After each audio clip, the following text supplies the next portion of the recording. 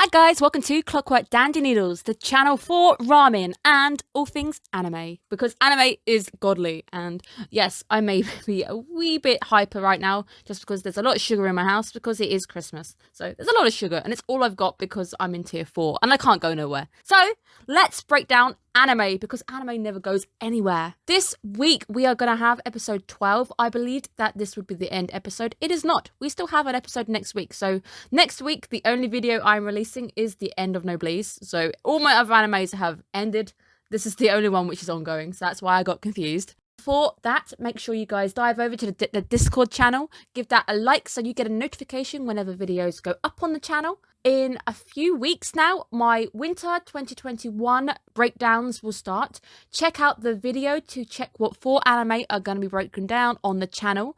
Also, you see on that same video, what 3 anime did I crown King of the Season. You might find some anime titles mentioned that you too will also be looking at. Aside that, make sure you give this channel a big subscribe. Let's go, because this week's episode, there's a lot going on. Open the episode that is called That All May Be As It Should, which is a very confusing title, which I do not like saying. And we open with R4K, which is Raz's Knights, where we head into the castle. However, the group end up meeting Riel. Transition after our credits to Seira, who, my girl, is now on the loose, who looks absolutely amazing, who sadly ends up running into Rosario, and because of Hero Cantare slightly spoiling Rosario for me, as soon as I saw that she had the glasses on, and I was like, this is it, this is going to lead into the showdown, because that's technically the battle outfit she has. The glasses go on, it's serious. So she asks her, why have you escaped? And she even tries to be a bit nice. She's like, if you go back, I will pretend that I didn't see that you escaped. However, Seira isn't the kind of person who's just going to go back on her emotions and how she feels. She's going to take her on. And this will be our battle between 2 clan leaders, which sadly we don't really see a great deal of the battle. We just kind of see the after effects, a lot of explosions going on. I would have killed to see more of that fight. Riel now telling the group, so we've got the security guards and Regis at this point, where he tells them that Seira is now confined, and he also informs them that the Gajutal is going to be sentenced to his eternal sleep. Because Regis is Gajutal's grandson, he's going to be labelled a traitor too. So because he's part of the same clan, he is going to carry the same crime as him, which is where we end up with our next showdown. So this is a week of showdowns, where we've got, throughout this episode, we've got Seira versus Rosario. We have Riel versus the 3, so our 3 security boys. We have Regis versus Carius, and we have Silver. We go into Franklin versus Rhaegar. So there's a lot of different fights going on, and there's a lot of interesting bits and pieces, little nuggets of information starting to come out, which is quite nice. At first, Silver versus Riel. Silver actually tells Regis, you need to go. This time, he's got his security buddies by backing him up, and they've all got T2. So T2 was given to them last week by Franklin. So initially we now have 2 showdowns going on. As we see Riel starting to get hyped up, we transition back. We are transitioning back to my girl, who ends up summoning her soul weapon, which is quite nice. But the transition is done where we enter on some breaking glass, so we know things are getting serious between the 2. Also, it's quite interesting that nobody else hears this fight going on. With Seira summoning the soul weapon, that's it, she can't go back. She's made her decision to push on with how she feels. And we now get a glance at Rosario's soul weapon, which is called Blood Witch. It's an eyeball on a stick, guys. It really is an eyeball on a stick. And this is kind of why I honed in on her during Hero Cantare, because it just looked like an eyeball on a stick. And I was like, oh, that looks a bit Soul Edge, kind of Soul Calibur-y. We transition from our explosion between Rosario and Seira to Carius and Rhaegar. I need to tell you something, guys. I know I'm a Frankenstein girl, and I love Franken to bits, and he is my ultimate boy. I fell in love with another character this week, and it's Carius. And yes, both my boys have blonde hair. Maybe I've just got a thing for blonde Noblesse boys. I don't know. But Carius, I will tell you the moment he kind of grew on me. Not yet. This isn't that moment, but I will tell you why Carius grew on me this week. These boys see Regis Naruto running through the forest. He is literally Naruto running. Carius is sent after Regis to try stopping him and trying to intervene.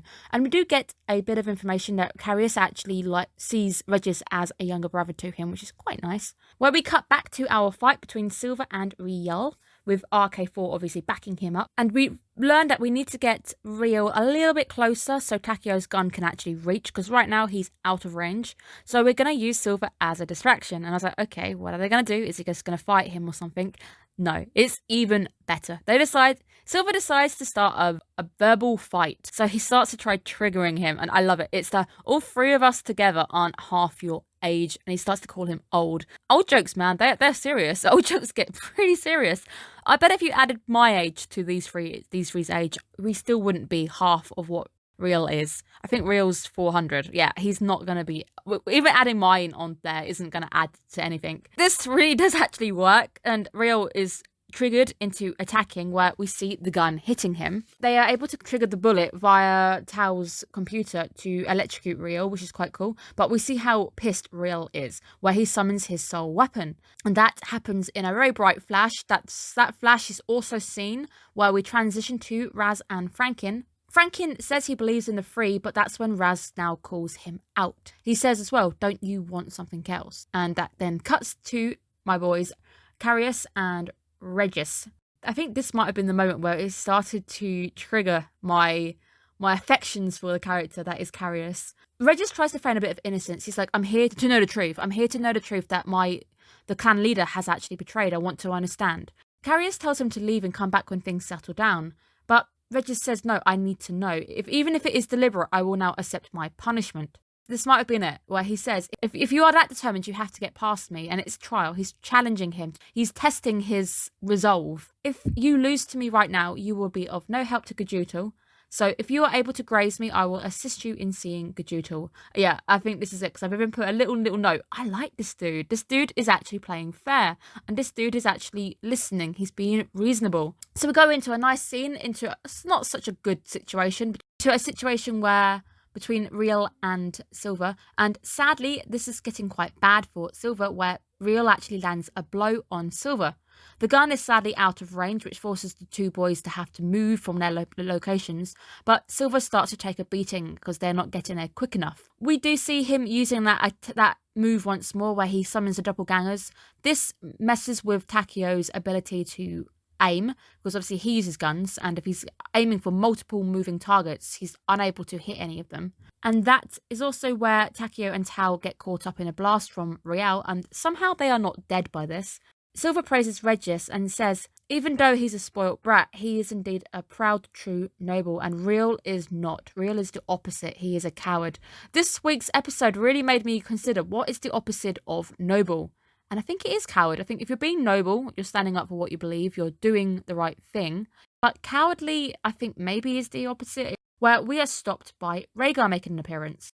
Where we also note that Real really quickly hides his soul weapons, which is a little bit odd. This moment I commented on last week about having a bit of an issue with Real having the weapons. I was like, shouldn't Rhaegar technically have them? That is answered this week. The motion of him hiding them, even though it gets resolved, is a bit of an odd one, because technically he does have them and Rhaegar is aware that he has a soul weapon. Franken then arrives on scene. My boy, I haven't seen my boy in what seems like, I don't know, a while.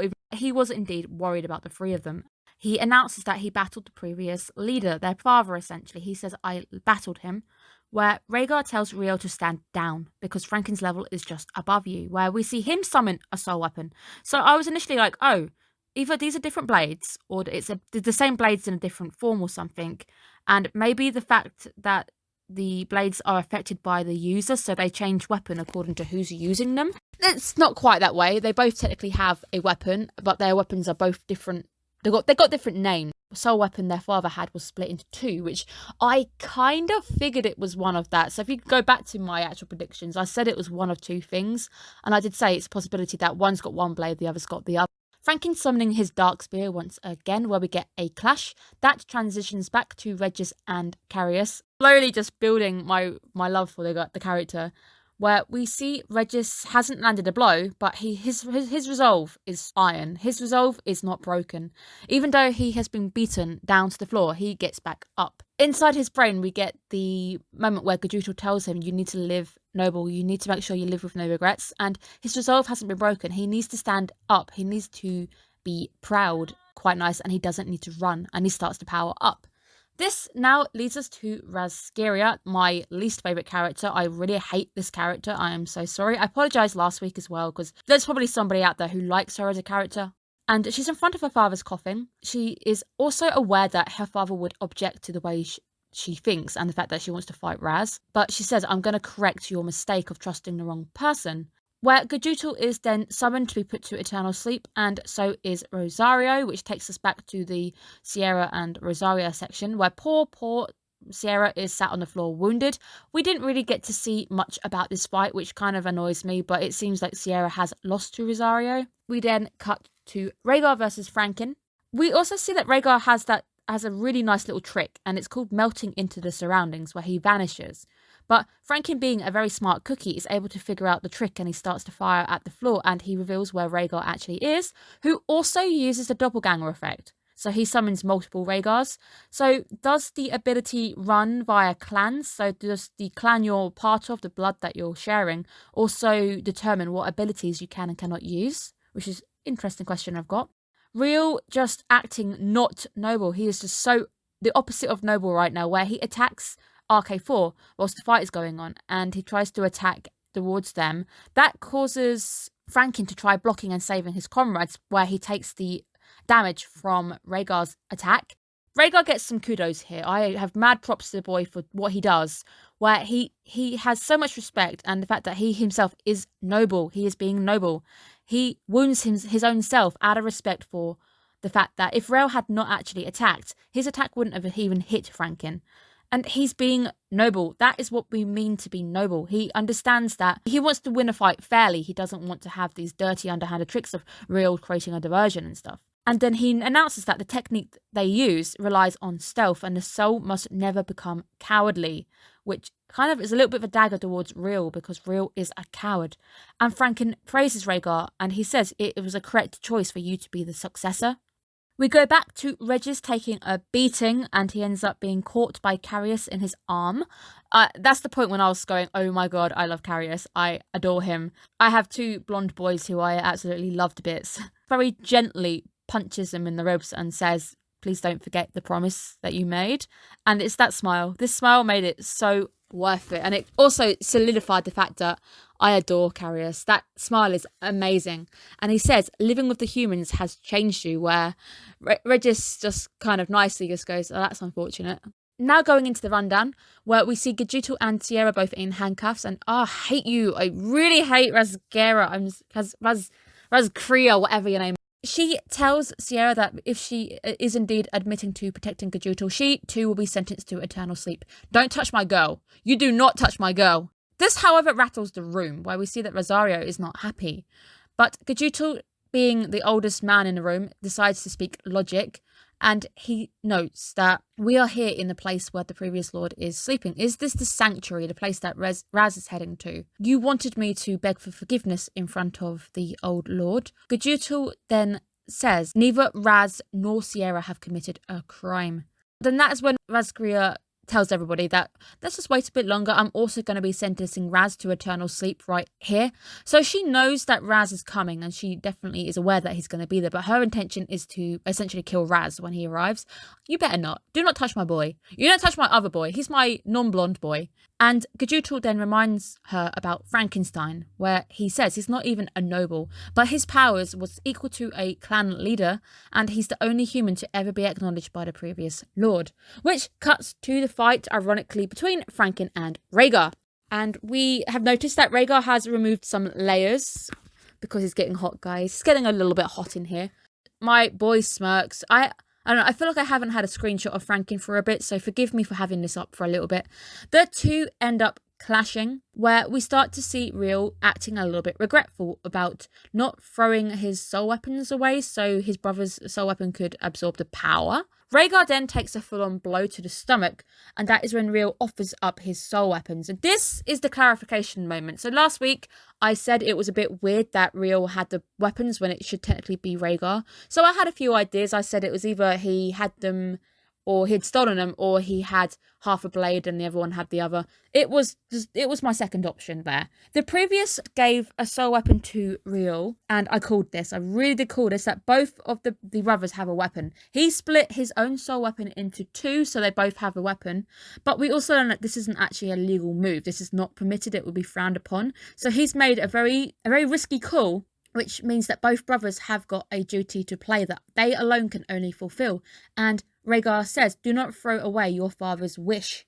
Franken is letting these guys have a chat whilst he's not doing anything. You don't want to attack him, but I guess that, again, Franken is being a bit noble here, allowing them to have a little chat, where he does essentially get involved, and he says, your father was the one who taught me how to use my own power. He was a strict and proud noble. Let's continue. We return to Gajutal telling everybody about Franken, when he then tells Rhaegar, you are not ready to be the noble who binds all the nobles together, which is quite a bit of a stab in that direction, and the truth hurts. He then reveals that nobody in the room, none of the nobles, understand why Rhaegar hates Raz, and they initially just believe it's because he killed the previous lord. But apparently the reason that she hates him is because the previous lord offered to make Raz the next lord. We saw this last week, and I also called the fact that it was jealousy. I even said that even overhearing this and without getting clarification, even if Raz turned down the offer, which he did, and I knew he would, she would have a anger towards Raz because she'd feel jealous because Raz is getting everything that she wants, that her father won't even look at her and won't make time to see her. Her father indirectly has caused this rift. Gajutal says, if any crime he has committed is worth eternal sleep, it is the fact that he was unable to guide her. He was unable to guide her in the right direction to raise her to be a noble worthy of becoming the next lord. Where he then says, why did the previous lord even have misgivings on letting you succeed him? Why did Raz refuse the previous lord's offer? Because I knew he would. He wasn't interested in that kind of thing. He even says that you haven't even tried to understand why this happened, who felt what were the emotions behind everything. He says that you are ruled by emotions and this is a cowardly move. You're not acting noble. And if you continue as you are, there is no future for Ludonia. But sadly, and this bit really annoys me, the room basically ignores what's just being said. And they just basically react to the fact that he's speaking out of terms and he's being rude. But it's like, did you not hear what he just said? Have any of you guys actually been listening? She ends up summoning Ragnarok, which I thought Raz had Ragnarok. So I'm very confused at this point. I mean, there's one Ragnarok, right? I mean, unless there was two, but we definitely saw that Raz had that in his mansion. So interesting that she's also got the blade. And I won't lie, as soon as I did last week's episode and I saw Ragnarok in Raz's hands, I ended up playing Hero Cantare. Rhaegar is in the game. She has Ragnarok. And I was sat there going, wait, what? What's going on? My mind has been blown. Hopefully next week we get that answered. But it sadly is a rest in peace Gajutal moment. The anime really plays us here, and this twist. So she goes in to summon him to eternal sleep right here, right now. And Gajutal, being absolutely boss, accepts it with a smile. He smiles, he accepts his fate, he says you've made the right choice. It's rest in peace Gajutal. But then we open on the doors opening, where Raz walks in, and I love the effect of the white outfit burning up to reveal his black and white outfit.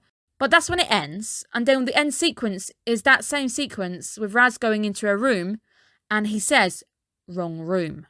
So Gajutal is dead. You definitely didn't get there in time. Because you are stupid, but I love you, but you are stupid. You made a wrong choice, and Gajutal is now dead. That is our episode 12 breakdown. This week I will be diving into the breakdown section a bit more because it will be the final episode where I'll give you my final rating on the entire series. But for now, I just get to talk about my thoughts about the episode. I thought it was quite an interesting episode. There's a lot going on. There's a lot of people starting to meet up with backstories and people who know each other. I have new mad love for Carius. You are now number 2 on the list next to Franken. Franken is my main boy though. I love him to bits. And it's interesting that he is facing off against Rhaegar right now.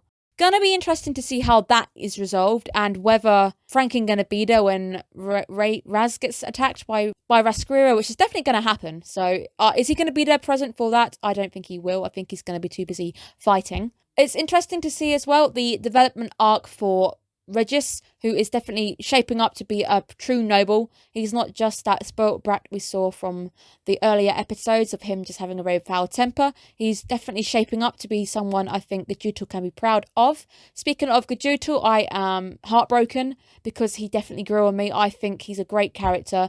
Good old Badgerbeard. I am going to miss you if it was indeed that Raz got the wrong room next week. We'll find out next week if I'm going to be mourning the loss of my boy. Probably, though. I think Noblesse is going to give us a death by the end of this season. I've got that feeling that it might do that. I think it wants to shake things up a bit. Seira, I'm sad. I didn't really get to see your fight, so quite sad that I didn't get to see that. Hopefully there is more of that fight in the manhwa, so maybe there's more for me to go and investigate in that sense. And even in the end sequence when she's been threatened with eternal sleep, she doesn't break, and Seira really does kind of show why she is best girl in that sense. Sorry, Wescaria, you don't have best girl status. Nuh-uh. I liked this week's episode. I really enjoyed it. A lot of interesting information coming out. It's starting to build up now. We're starting to build up for our final showdown next week, which hopefully will be Raz versus Razskria. I am backing my idiot child. I'm backing him. I'm on his side. Hopefully he can talk some sense or knock some sense into Razskria and we have a decent ending. It'll be interesting to see where season 1 ends because I know there's a lot of material still out there. So clearly there's something which goes on past this moment. So wherever we end, there's still going to be a story going on. So there's going to be something happening. So maybe Raz doesn't get through to Razskria. Who knows? Is she going to redeem herself next week? I am open to her redeeming herself. So if she redeems herself, I can forgive her. But that is all down to you, my dear. So whatever happens next week is down to you. Thank you guys for tuning in. I had so much fun this week. This week was quite interesting. It was action-paced. There was a lot of transitions going on. It was quite nicely framed and the pacing was good. I liked a lot of the lighting and obviously we had a lot of our characters starting to develop a bit more. A lot of the characters that we know and love are starting to stand up for themselves and really starting to discover what their resolves is and what it is that they feel is correct and what they think is right. So a very, very good episode. I look forward to the end sequence next week where I will also give you my final breakdown and what I think. So thank you guys once again. If you enjoy my videos or you want to see what I'm breaking down next season, go and check out the video and give this channel a subscribe.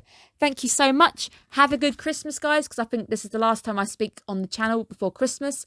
I hope you have a good day and at least you get to chill out and have some good gifts, some yummy food and watch some good anime. Have a good one, guys. Bye-bye.